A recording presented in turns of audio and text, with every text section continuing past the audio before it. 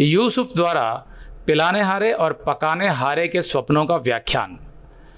उत्पत्ति की पिछली क्लास में हमने पढ़ा था कि पोतीपर की पत्नी के झूठे आरोप के कारण पोतीपर ने यूसुफ को जेल में डलवा दिया था, लेकिन वहाँ भी परमेश्वर यूसुफ के साथ था, जिसकी वजह से जेल के दारोगा ने यूसुफ को सब कैदियों का प्रभारी बना दिया, उनके ऊपर रख दिया और यूसुफ का हर काम सफल हुआ।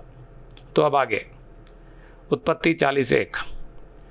इन बातों के पश्चात ऐसा हुआ कि राजा के पिलाने हारे और पकाने हारे ने अपने स्वामी का कुछ अपराध किया। तब फिरौन ने अपने उन दोनों हाकिमों पर अर्थात पिलाने हारों के प्रधान और पकाने हारों के प्रधान पर क्रोधित होकर उन्हें कैद करा के जल्लादों के प्रधान के घर के उसी बंदीगृह में जहां यूसुफ बंधुआ था डलवा दिया। फिरौन के राज्य में पिलाने हारे और पकाने हारे दो सबसे भरोसेमंद व्यक्ति थे। पकाने हारा फिरौन के भोजन बनाने का प्रभारी था और पिलाने हारे का काम होता था फिरौन को दाखरस और मदिरा देने से पहले प्याले को खुद चखे कि कहीं उसमें कोई जहर तो नहीं मिलाया गया, जैसा नहमाया 1:11 से 2:1 में हम पढ़ते हैं। अंग्रेजी में पिलाने हारे को बटलर कहा जाता है। लगता है इन भरोसेमंद लोगों पर किसी गंभीर गलती का संदेह रहा होगा, शायद फिरौन के खिलाफ साजिश रचने का। 4। तब जल्लादों के प्रधान ने उनको यूसुफ के हाथ सौंपा और वह उनकी सेवा टहल करने लगा। बड़े अधिकारी थे वो दोनों, पिलाने हारे और पकाने हारे।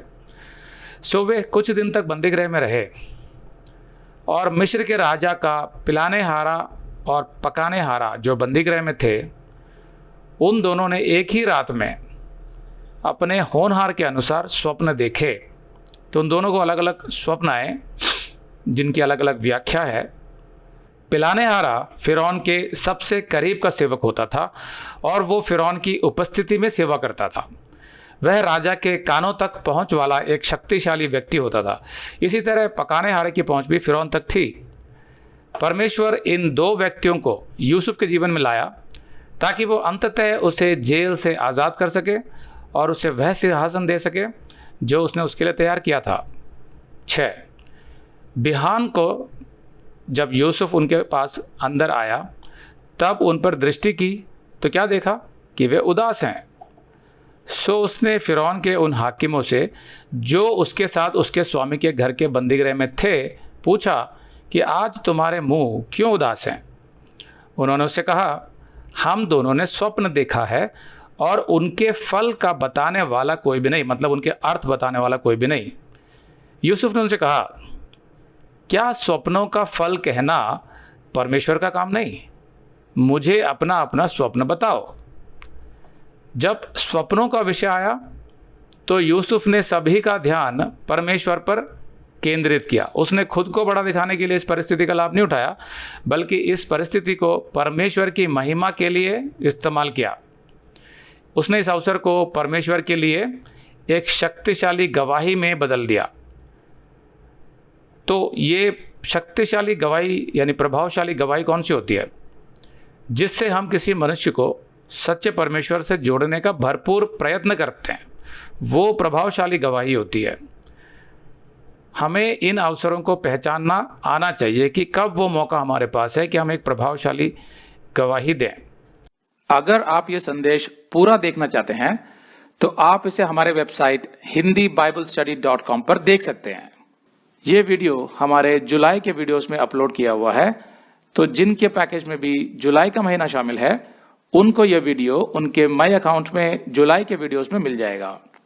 अगर आप हमारे वीडियो फोन पर देख रहे हैं तो अच्छी स्पीड के लिए कृपया गूगल क्रोम या मोजिला फायरफॉक्स ब्राउजर इस्तेमाल करें।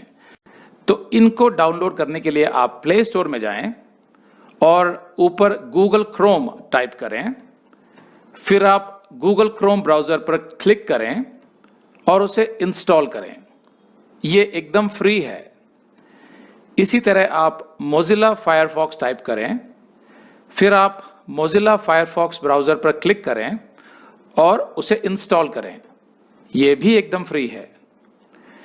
इसके बाद आप गूगल क्रोम ब्राउजर को क्लिक करके उसे खोलें और उसमें hindiBiblestudy.com टाइप करें, मतलब पूरा hindibiblstudy.com एक साथ बिना किसी गैप के, तब हमारा वेबसाइट गूगल क्रोम में खुल जाएगा और आपके वीडियोस अच्छे से चलेंगे। इसी तरह आप मोजिला फायरफॉक्स ब्राउजर भी क्लिक कर सकते हैं और उसमें भी बिना गैप के hindibiblstudy.com टाइप कर सकते हैं। उसमें भी हमारे वीडियोस बिल्कुल आराम से चलेंगे।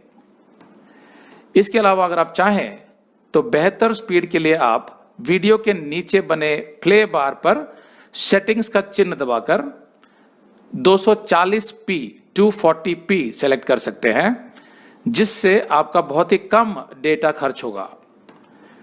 240 सेलेक्ट करने के बाद आप वीडियो के बाहर कहीं भी क्लिक कर दीजिए, फिर वीडियो को पीछे ले जाकर शुरू से देखिए।